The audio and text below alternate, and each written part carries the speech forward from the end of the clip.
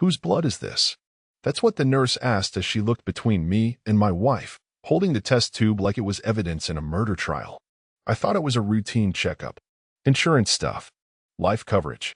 Just one of those boring errands you do when you're trying to be responsible, when you've got kids, a house, and too much to lose. But the way she asked that question, low, cautious, like she didn't want to spook me, made my stomach clench in a way I hadn't felt since I was 12 and found my dog cold in the backyard. My wife, Lacey, laughed. God, that fake little high-pitched laugh she does when she's about to lie. He's always joking. Probably pricked himself fixing the shed or something. But I wasn't bleeding. And the test tube had my name on it. The nurse didn't smile. No, I mean genetically. It's not matching. Not with the prior record. This is off. We'll double check. That was 2 weeks ago. I've replayed the tone in her voice 100 times since. At first, I thought it was an admin error. Hospital screw up. Clerical nonsense. Hell, maybe they mixed me up with someone who happened to share my name. But something about Lacey's laugh stuck with me. Like she already had a story ready. Like she'd practiced it in the mirror. That night, I couldn't sleep. Not from fear, just a fog. You ever been in a room with the light off and swear someone's standing behind you, just watching? That's what it felt like. Every time she got up to check on the kids, I stared at her back like it might split open and reveal another face. The next morning, I ordered a private DNA test. Not just for me, for all 3 of our kids. Paid extra to rush it. Told Lacey it was for estate planning, some crap about organizing our wills, and she just nodded. Didn't blink. No questions. That scared me more than if she'd screamed. I didn't even check the results when they came in. I just remember the screen flashing and my hand shaking so badly I spilled coffee all over my desk.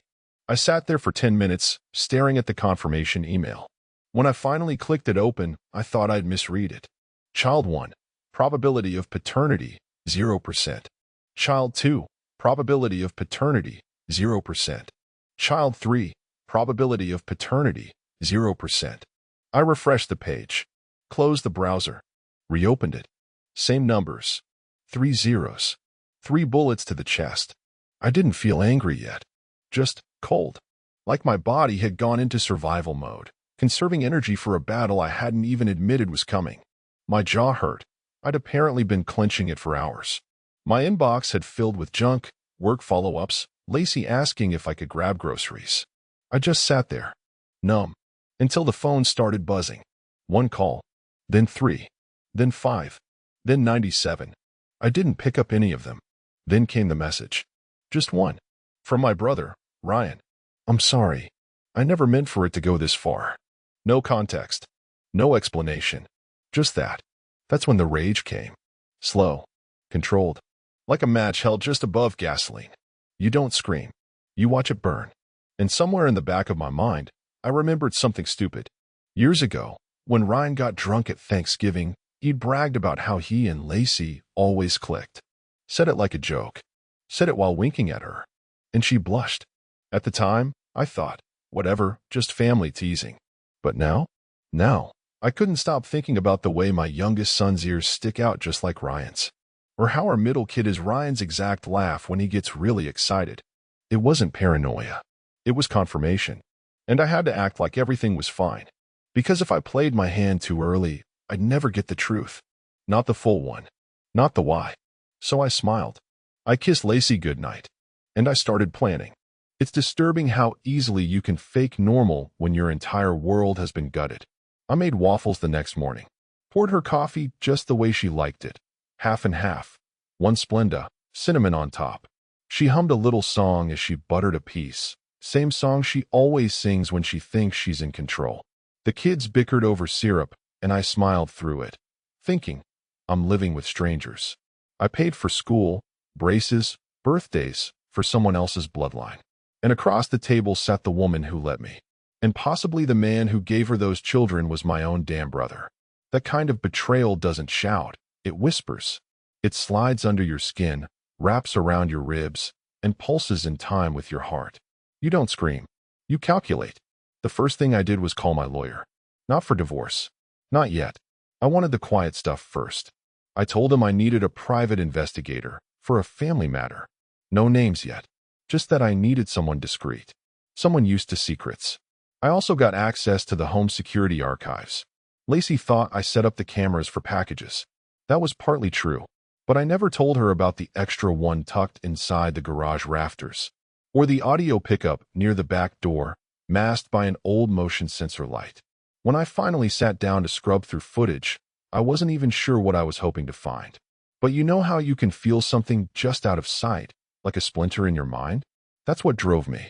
There was a day, about 5 months ago, when she said she was taking the kids to her sister's lake house. I remembered it because she left in a hurry, claimed her sister needed help with a burst pipe. It was odd at the time because Lacey hates her sister. Can't spend 2 hours with her without coming back with a migraine. So I queued up the footage. Friday morning. She loads the kids into the car, waves goodbye to me through the window, leaves. 26 minutes later, she's back. Alone. She parks in the driveway, looks around, waits. Then Ryan pulls up. My brother. My flesh and blood. He gets out of the car like he owns the place.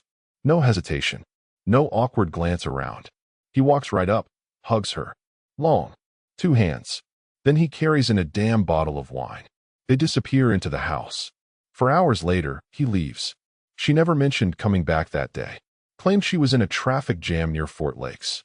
She even bitched about her sister's broken thermostat. Invented a whole day. I watched that clip 6 times. The 7th time, I noticed something small.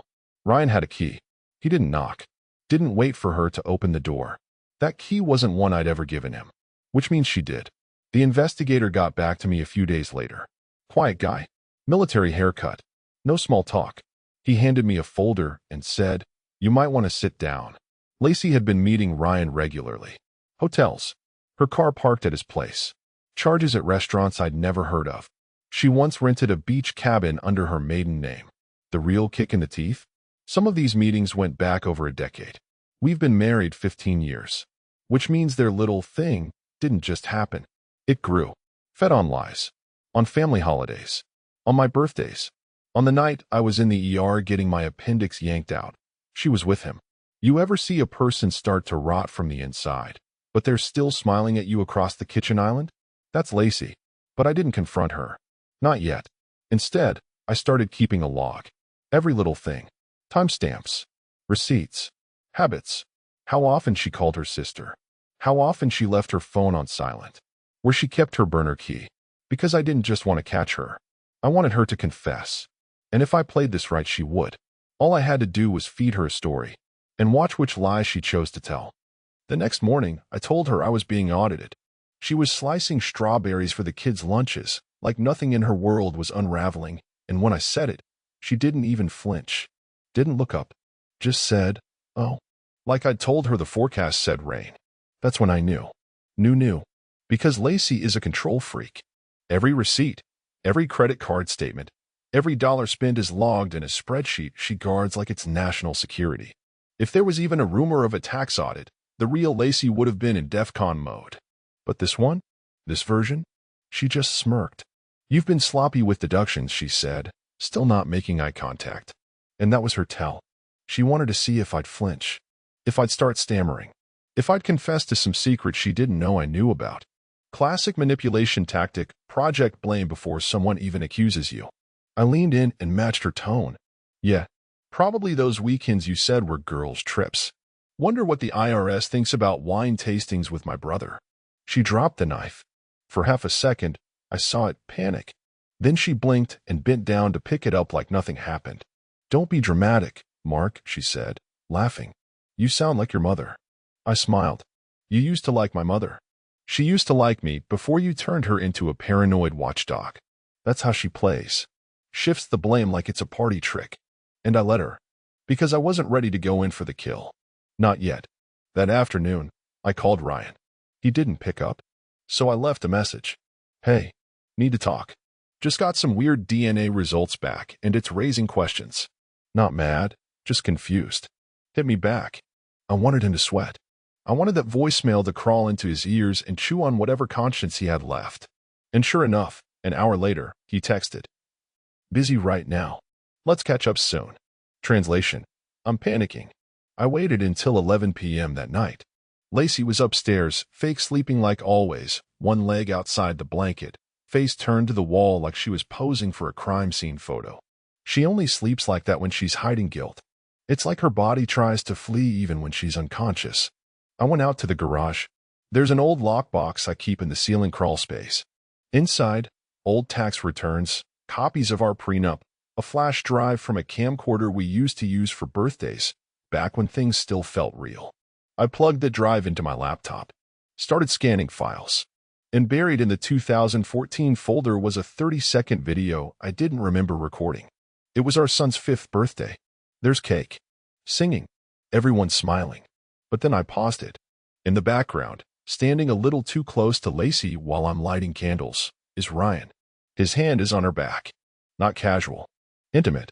She leans into it for a second, then steps away when she realizes I'm turning toward them. That moment was 9 years ago. 9. While I was struggling to get our business off the ground, working 16-hour shifts, trying to be a provider, they were playing house behind my back. My stomach twisted. I closed the laptop. I wanted to scream, punch a wall, drive somewhere at 100 miles per hour just to outrun the humiliation, but I didn't. Instead, I pulled out a yellow legal pad and started writing. A timeline. Dates. Locations. Memories. Every family event Ryan had just happened to attend. Every injury, every kid's allergy he somehow knew about before I did. The toys he bought that fit better than mine ever did. The parenting advice he offered when he wasn't even a parent. He'd always been the fun uncle. Turns out, it wasn't a role. It was a rehearsal. And still, I didn't confront either of them. Because the next phase wasn't about catching them anymore. It was about isolating them. See, betrayal like this doesn't just deserve consequences. It deserves exposure. And if I was going to bring the house down, I'd make sure they were the only ones inside when the fire started. So the next morning, I called my father-in-law. And I asked him one simple question. Hey Jack, just curious, did you ever notice anything strange between Ryan and Lacey? There was a pause. A long one. Then he exhaled and said 4 words I'll never forget. I was hoping you wouldn't ask. Jack isn't the kind of guy who says things by accident. He's a Vietnam vet. Old school. Taught his daughters to bait a hook before they were 10 and change a tire before they could parallel park. I always respected the man, even when he scared the hell out of me. So when he sighed like that and admitted he'd been hoping I wouldn't ask, I knew there was rot deeper than I imagined. I didn't say anything. I let the silence fill the space. Sometimes that's all it takes for the truth to start pouring out. Your brother's always been around a lot, Jack said finally. More than most in-laws. More than you, sometimes, if I'm honest. That part one remember. I thought it was just him being friendly, Jack went on. But there was a day, this must have been, what, maybe 16? Lacey brought the kids over for the weekend. Said you were at some work conference. Ryan came by with gifts for the kids. I already felt the bile rising in my throat. Was I supposed to be at a conference? I asked. I don't know, Jack admitted. But you weren't there. And he stayed overnight. I remember waking up at 3 a.m. for a glass of water and seeing the two of them whispering in the kitchen. Real close. Like teenagers. I didn't like it. And you never said anything. I asked her about it the next day, Jack said. She snapped. Said I was projecting my failed marriage onto hers. Started crying. Told me I always judged her too harshly. So I dropped it. She used the same playbook. Guilt. Tears. Accusation. Deflection. I thanked Jack. Said I appreciated his honesty. But I hung up with a knot in my gut that tightened as the day wore on. Because if he had suspicions years ago, who else did? My best friend Matt always used to joke that Ryan and Lacey had more chemistry than we did, back when the 4 of us used to do double dates. I used to laugh along. Thought it was just harmless teasing. But now? I started revisiting those memories with new eyes. The inside jokes between them I didn't get. The weird tension whenever I left the room. The time I walked in and they stopped talking mid-sentence like I'd caught them plotting a heist. It had all been there. And I, like the world's dumbest magician, had been looking at the wrong hand the whole time. That night, I opened a new folder on my desktop. Named it Phoenix. Not because I wanted some dramatic name for my revenge, but because that's what this was going to be, me burning everything to ash, so I could rise out of the wreckage free. Inside it, I started logging names. People who might have known. People I would test. Because the only thing worse than betrayal is realizing half the people in your life watched it happen and chose to stay silent. So I started with Matt, invited him to lunch, kept it casual. Jokes, sports, the usual. Waited until he was on his second beer before I leaned in and said, "You ever get the sense something was off between Lacey and Ryan?" He paused. Not long, but enough. Then he smiled too fast. "What do you mean?" "Just a gut feeling. Like, she laughs harder with him. Always seemed to sit next to him at parties." Matt took a long sip. "Man, you're overthinking. You've been stressed. You said work's been crazy." That was his answer. No. Not what the hell are you talking about? Just a soft deflection. A pivot. He knew. Maybe not everything, but enough. I let it go. Didn't press. I just logged his name in the Phoenix folder with one note. Knew. Chose silence. Later that week, I did the same with my sister. Invited her to lunch, asked a similar question, and got the same evasive reaction. Over the next 10 days, I tested 7 people. 5 failed. All of them had seen something over the years. None had said a word. Not one of them had pulled me aside, even once, and asked if I was okay. They'd all just watched. So I adjusted the plan. This wasn't going to be about divorce anymore. This was going to be about dissection. I wasn't just going to expose Lacey and Ryan. I was going to peel the skin off the lie that was my entire life and show everyone what they helped protect. Because I wasn't just building a folder. I was building a reckoning. And the first person I tested that I didn't expect to fail was my own mother. She was sitting on her porch when I pulled up. Same swing, same iced tea, same damn blanket over her knees no matter the weather. Mom's always been predictable that way. The kind of woman who still writes birthday cards by hand and signs them, love, always. What I didn't expect was the way her eyes shifted when I mentioned Ryan's name. I didn't say much. Just dropped it casually in the middle of small talk, like a pebble into a pond. Talked to Ryan last week. Haven't heard from him since. She looked down at her tea. Stirred it even though the sugar had already dissolved. Then she said something I'll never forget. "Maybe it's better you don't." My throat went dry. I stared at her, waiting for the follow-up. For context. For her to say, "He's busy," or "You two should talk things out," anything normal. But she didn't. She just sat there, watching the wind move through the trees, like the world hadn't tilted on its axis. "You knew," I said. Voice low. No anger. Not yet. Her lip twitched. Not guilt, something colder. Like a banker denying a loan. "I suspected," she said finally. "A long time ago." "How long?" "I saw them once. At that arts fundraiser. You were out of town. She was there with him. Said it was a coincidence, but they held hands when they thought no one was looking." My ears rang. I'd been at a contractor expo in Denver that weekend.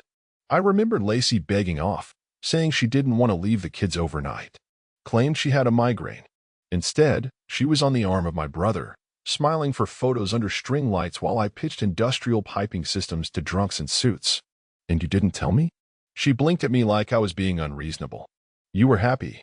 What would I have said? That, right there, broke something in me I didn't know could break. You let me build a life with a woman who was cheating on me, with your other son, because you didn't want to upset the vibe? She shifted in her seat. "You have children?" "No. Apparently, I don't." That shut her up. The silence stretched so long it started to sound like buzzing. Then she said, "You were always the stronger one. Ryan, he needed more." I laughed. Loud. Ugly. "So that's the metric? He needed more, so he gets my wife and my kids." "I didn't give him anything," she snapped, suddenly defensive. "I just didn't interfere." Same thing. Exactly the same thing. I stood up, walked to the edge of the porch, tried to breathe through the static in my skull. I was shaking, but not from rage. From clarity. Every lie, every betrayal, this woman sat with it. Wrapped it in a blanket and fed it sweet tea. And called it love. I didn't even say goodbye. Just walked to my car and drove. That night, I opened the Phoenix folder again and created a subfolder, Accomplices. Mom went in first. I didn't cry. I didn't break things. That would have been too easy. Too temporary. What I did instead was log on to the joint checking account Lacey and I had used since 2011. She thought I stopped monitoring it after I opened my business account. That's what I let her think. She'd made a mistake. A small one. Earlier that week, she transferred $400 to what she labeled as car repair. But the routing number wasn't to any shop we'd ever used. I traced it through a few back-end tools from my business software. It wasn't a mechanic. It was a photography studio. I dug further. 3 weeks ago, she'd booked a full package, family portraits. Outdoor, golden hour, premium service. Paid in full under her maiden name again. Photographer's website had a hidden proof gallery for clients. Password protected. But the URL slug? It said, the Hollings family. Hollings was Ryan's last name, not mine. I emailed the photographer using a burner identity I'd created for this phase of the plan. Claimed to be Lacey. Said I lost access to my proofs and needed a resend. Gave her Lacey's old Gmail address, which I had full access to from a recovery device I'd kept hidden. The link came within the hour. When I clicked it, the first image made my hands curl into fists. Ryan. Lacey. The kids. Coordinated outfits. Holding hands. Laughing. One photo even had Ryan lifting my youngest onto his shoulders. They looked like a goddamn Christmas card. And the worst part? The kids weren't faking it. They looked happy. Like it was normal. Like it had been that way for a while. I stared at that screen for 10 full minutes. Then I right-clicked, saved every file, and dropped them into a new folder. Exhibits. Because I wasn't just going to show these to lawyers. I was going to show them to everyone who thought I was crazy. And the next step was to see how far the kids had been pulled into the lie. Because if even one of them knew, this wouldn't be a war anymore. It'd be surgery. I didn't sleep that night. Not out of grief. Grief implies something innocent was lost. No. What kept me up was strategy. That tight, humming clarity your brain hits when you've moved past rage into precision. I lay in bed beside Lacey, listening to her soft, fake breathing as she slept, while I counted down the hours until the morning. Because at 7:15 a.m., I was taking my son for pancakes. Just us, I told her casually, pouring coffee like any normal Wednesday. Need some guy time. She didn't question it. Too busy texting someone under the table, smirking like a teenager. Probably Ryan. Probably planning their next set of lies, not realizing I'd already downloaded the family album of their betrayal. My son, Jake, the middle one, was always the most like me. Quiet. Watches before speaking. Thinks before reacting. If any of them had caught on, if any of them had been used to protect the lie, it would have been him. So we sat in a corner booth at Rose's Diner, across from the same jukebox that's been broken since '09, and I let the first 10 minutes just be normal. Pancakes. Syrup. Baseball. Then I leaned in, casual as hell, and said, "Hey bud, question for you. When you and Uncle Ryan hang out, do you ever call him Dad?" He froze. Just slightly. Most wouldn't notice. But I saw it. That half-second shift. The flicker of panic. He laughed. What? No. That'd be weird. Yeah, I said, smiling. Weird. He looked down at his plate. Cut a triangle out of his pancake. Ate it like it was poison. Then I asked, "Your mom ever take you guys to places without telling me? Like where? Like hotels. Or beaches. That sort of thing. More cutting. Slower now. Sometimes. But she says you're always busy." I nodded. "And when she's not around, you ever hear her talking to Uncle Ryan? Like, late at night?" He didn't answer. So I pulled out my phone. Opened the photo. Showed it to him across the table, the one with Ryan holding him on his shoulders, with that smug golden hour grin that made me want to crush glass in my fist. Jake stared at it. His face didn't register confusion. Or surprise. Only guilt. He whispered, "You weren't supposed to see that." That told me everything. I didn't explode. I didn't accuse. I just leaned back and stared at him like he was someone else. Because in that moment, he was. "You knew?" I asked. His voice cracked. He said not to tell. That it'd hurt you. Did Mom say that too? A long, horrible pause. Then, they both did. There it was. She had turned my children into co-conspirators. Whether they understood the depth of it or not, she'd pulled them into her web, made them active participants in a fantasy built on my humiliation. I should have felt sorrow. Or disgust. But what I actually felt was freedom. Because now I didn't owe her, or them, a soft landing. I dropped Jake back at school with a lie about a dentist appointment. Told him not to tell his mom we talked. He promised. Like that meant anything anymore. By noon, I was in the county clerk's office filing 2 separate requests. A petition to establish non-paternity of all 3 children. An inquiry into sealed custody documentation tied to our marriage contract, just in case. The woman at the desk looked like she wanted to cry. "Are you sure you want to do this?" Positive, I said. I'm not their father. Not biologically. And not anymore. See, in our state, if you prove non-paternity and show deception was involved in establishing legal responsibility, you can walk away. Not just from child support. From everything. It's not easy. But then again, most men don't have what I had. The DNA tests. The timeline. The digital photo trail of the affair. And now, a minor child's admission of concealed contact. But I wasn't done. Because that afternoon, I made a call to someone I hadn't spoken to in years. Vanessa. She was Ryan's ex-fiancée. The one he ditched 6 months before their wedding. Left her for someone he claimed he'd fallen in love with. Back then, I'd assumed it was a bar fling. But now? Now I was willing to bet it was Lacey. She picked up on the third ring. Mark. Her voice was cautious. Bruised. Hey, Ness. I know it's been a while, but I think you and I have been lied to by the same two people. Silence. Then the softest, oh my God. Did Ryan leave you because of Lacey?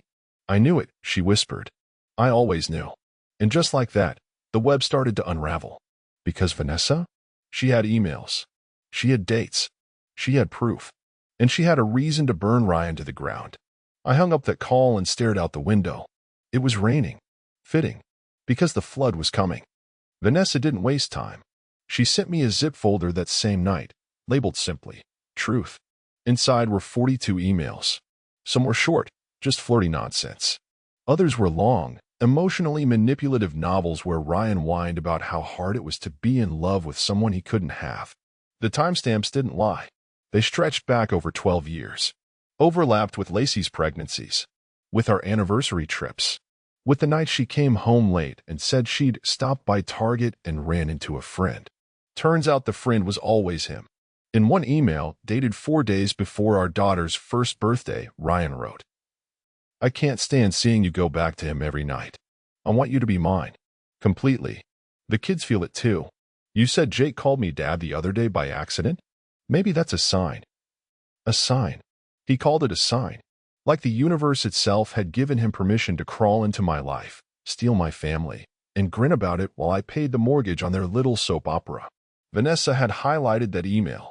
Wrote, this is when he told me he was leaving me. Said he couldn't live a lie anymore. That she was the one. I begged him to be honest with you. He said he would when the time was right. I'm sorry, Mark. I really am. I sat in the dark for hours after that. No music. No TV. Just the hum of the fridge and the sound of something inside me severing. Because that was the last piece. The one I didn't want to admit. They didn't just have an affair. They built a life. A backup version of mine. One with laughter and private photo shoots and hotel keys.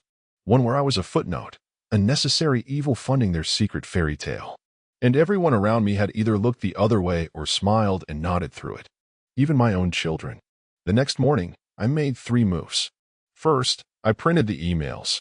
All 42 of them. Bound them into a leather folder and titled it Legacy. Second, I changed the locks. Every lock. Paid a crew to do it in one afternoon while Lacey was at her book club meeting. She doesn't read. Never has. Third, I transferred every business account out of our joint trust. I had built my company before we got married, but she'd weaseled her name onto some of the tax filings. That ended today. And then I waited. She came home at 7:13 p.m. Saw the new keypad on the front door and blinked like she'd walked into a stranger's house. She knocked. I opened the door halfway. Calm. Distant. She smiled sweet. Fake. Babe? What's going on? I handed her the leather folder. Said nothing. She looked down at the title, flipped it open, saw the first email. Her mouth parted. Then she said the most insulting thing I've ever heard. You went through my stuff? I stared at her. Your stuff. Those were private conversations, she said. You had no right. That's when I laughed. A real one. Cold. From somewhere deep. You slept with my brother for over a decade. Lied about our kids. And you're worried about privacy? She didn't blink. She was already shifting gears. This is about you, Mark. About how distant you got. About how cold you've always been. I was lonely. You had 3 children. They weren't yours, she snapped, then caught herself. Too late. She clapped a hand over her mouth, eyes wide. I smiled. Thanks for confirming. I'll let the court know. Her whole body changed.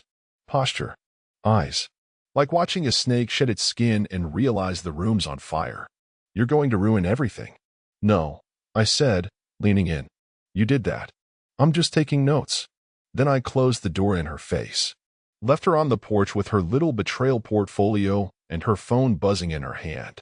She texted me 3 times that night. We need to talk. For the kids. Please don't do anything you'll regret. This isn't fair to them. Them. The same kids she coached into lying to me.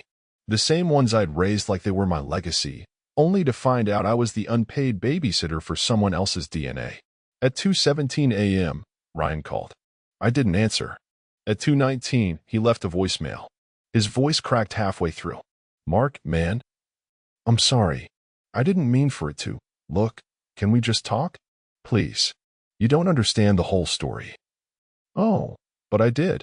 And he was about to learn that the man he thought was soft was just quiet. Big difference. Because quiet men don't shout. They dismantle. One screw at a time. The morning after I changed the locks, my driveway turned into a damn parade route. First, Lacey showed up. No makeup, hoodie up, trying to play the humble, heartbroken mother role like a bad actress at community theater. She paced, knocked, called through the door. I didn't answer. She sat on the steps like a stray cat for almost an hour before driving off, probably to regroup with her handler. Handler being Ryan, of course. Then came the escalation. At noon, my inbox pinged. A formal letter from her attorney, requesting emergency mediation for the sake of the children, claimed I was creating an unsafe emotional environment by withholding communication and access. That's when I knew the sympathy act was over. They were going to spin it. I was the unstable one now. The irrational husband, unraveling after discovering what? That his wife had a deep connection with her brother-in-law? Their phrase, not mine. No mention of the DNA results. No admission. Just sanitized betrayal, PR washed for courtroom optics. So I answered the letter. Attached copies of the DNA tests, the family photo proofs under her maiden name, the custody fraud documentation, and 42 emails neatly highlighted and timestamped. I CC'd her lawyer, mine, and just for sport, Ryan's work email. Then I made a call to a friend of mine. You wouldn't know his name. That's the point. He works in reputation management, and when he owes you a favor, you don't waste it on Yelp reviews. Don't publish anything, I said. Yet. Just prep a file. I want them to know what I have. Understood, he said. Nuclear. Napalm. He whistled. 2 weeks, I said. Hold it tight. Because what Lacey and Ryan didn't understand was this. They thought betrayal was an act, but consequences, real ones, are architecture. And I'd spent the last month building a house they wouldn't walk out of. By Friday, the tone changed again. She emailed me this time. Subject line, let's talk. Body. I know you're angry. I'm not proud of how this unfolded. But the kids are scared. They need both of us. Please don't punish them for our mistakes. We can figure this out privately. I didn't reply. Instead, I forwarded it to my lawyer. Then I did something I've been waiting to do. I scheduled a custody hearing. See, even though I was petitioning for non-paternity, the law still required a formal motion to reverse custody rights. That's fine, because I wasn't walking into that courtroom to fight for those kids. I was walking in to release them. Let her have them. Let Ryan try and play daddy full-time. Let him pay for braces, school clothes, field trips, teen therapy bills, and broken curfews. Let them live in the house of cards they built, without my foundation holding it up anymore. But before that, I had one more visit to make. To the man who helped raise us both. Our father. We hadn't spoken in years. He'd split from our mom when we were kids. Ryan took it the hardest, got into fights, stole beer from corner stores, blamed everyone but himself. I went the other way. Got quiet. Focused. Built something out of the wreckage. I didn't know what I expected when I showed up. He opened the door, same hard jaw and tired eyes. He didn't smile. Wasn't sure I'd see you again, he said. Yeah, well, family's complicated. He let me in. The place hadn't changed. Still smelled like motor oil and black coffee. He sat across from me in a recliner that looked like it had survived a war. I'm not here for comfort, I told him. Didn't think so. I just want one answer. He nodded, slow. Waiting. When did you know about Ryan and Lacey? He looked down at his hands. Calloused, scarred, still strong despite age. Then he sighed. 6 years ago. My throat tightened. You knew, I said flatly. I suspected. Then I saw them at a gas station outside town. She was in his truck. They kissed. Thought they were slick. And you didn't tell me. I thought it'd break you, he said. I stood up. You all thought that. And none of you understood. You didn't need to protect me. You needed to warn me. He didn't argue. Didn't stop me when I walked to the door. But as I reached for the knob, he said something I didn't expect. I was wrong. About you. You're not the quiet one. I turned. You're the one who waits. And damn it, he was right. Because I'd waited. I'd watched. And now? Now I was done waiting. I was going to court. And when the judge asked if I had anything to say before the petition was heard, I was going to say everything. The courtroom was colder than I expected. Not just the air conditioning, the vibe. You could feel the tension humming like a live wire just under the floor. Polished wood. Neutral walls. But nothing felt neutral. Not today. Lacey sat across from me at the respondent's table. She'd curled her hair, wore light makeup, a pale blue blouse. Her version of the good mother costume. She kept looking at the gallery behind me, searching for someone. Ryan wasn't there. Neither were the kids. Just her lawyer, whispering urgently into her ear while she nodded like a ventriloquist dummy. Her expression changed when she saw the man sitting beside me. My attorney, Martin Vicks. Ex-military, silver hair, zero patience. He didn't posture. He didn't charm. He just executed. When the judge entered, everyone rose. Then came the formalities, roll call, file numbers, language about amicable proceedings, and clarity of paternity. But none of it mattered until Martin stood and said, calm as a surgeon, Your Honor, before we proceed with the petition, my client has elected to enter into the record exhibits A through G, all of which pertain to fraudulent misrepresentation of parentage, deception regarding spousal fidelity, and undue emotional distress. He handed the bailiff a thick folder. The judge, an older woman with ice-water eyes, flipped it open, adjusted her glasses, and began reading. Page 1, the DNA test. Page 2, the family portrait with Ryan and the kids, labeled the Hollings family. Page 3, a transcript of the email from Ryan admitting he was in love with my wife while she was pregnant with our first child. Page 4, a notarized affidavit from Vanessa, his ex, verifying timelines, confirming deception, and disclosing his admission that the children were probably his. Page 5, the screenshots of messages between Lacey and Ryan planning their next family outing. Page 6, the voice memo, recorded with legal consent, of Jake admitting they were told not to tell me anything because it would hurt Dad. Page 7, that one was personal. A photo of the handwritten timeline I'd kept. The one I started the day I first suspected. 17 years of my life, plotted like a crime scene. Annotated. Highlighted. Precise. The judge looked up. Miss Hollings, have you reviewed these documents? Her voice was flat. Lacey stood. Her lawyer nodded to her. Your Honor, we dispute the context of these documents and their relevance to the matter of custody. Then let me clarify, the judge said. Mr. Delaney has filed for withdrawal of paternity acknowledgement for all 3 children on grounds of misrepresentation and fraud. He is not pursuing custody. He is not pursuing visitation. He is not requesting child support, nor offering it. Her words hit the room like gunshots. Lacey's jaw dropped. Wait, what? Her voice cracked. You don't want them? I didn't move. I just looked her dead in the eye and said, they were never mine. You made sure of that. She staggered back like I'd slapped her. But they need you, she gasped. You're the only father they've ever known. No, I said. They knew. You made them part of it. You didn't just cheat on me, Lacey. You replaced me. The courtroom was silent.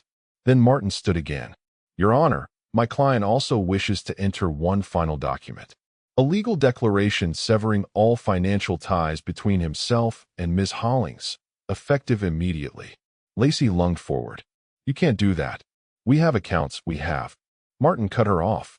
Your Honor, these were all moved into his business trust prior to marriage. She was a listed name by convenience. That convenience has expired. The judge glanced through the last document, then nodded. Motion granted. The gavel came down. Just like that, 17 years gone. Legally, emotionally, Financially. A clean break. Lacey broke down. Started sobbing. Not the quiet kind. The ugly, desperate kind. The kind people make when they realize the mask has fused to their skin and it's starting to burn. Her lawyer tried to gather her things. She waved him off.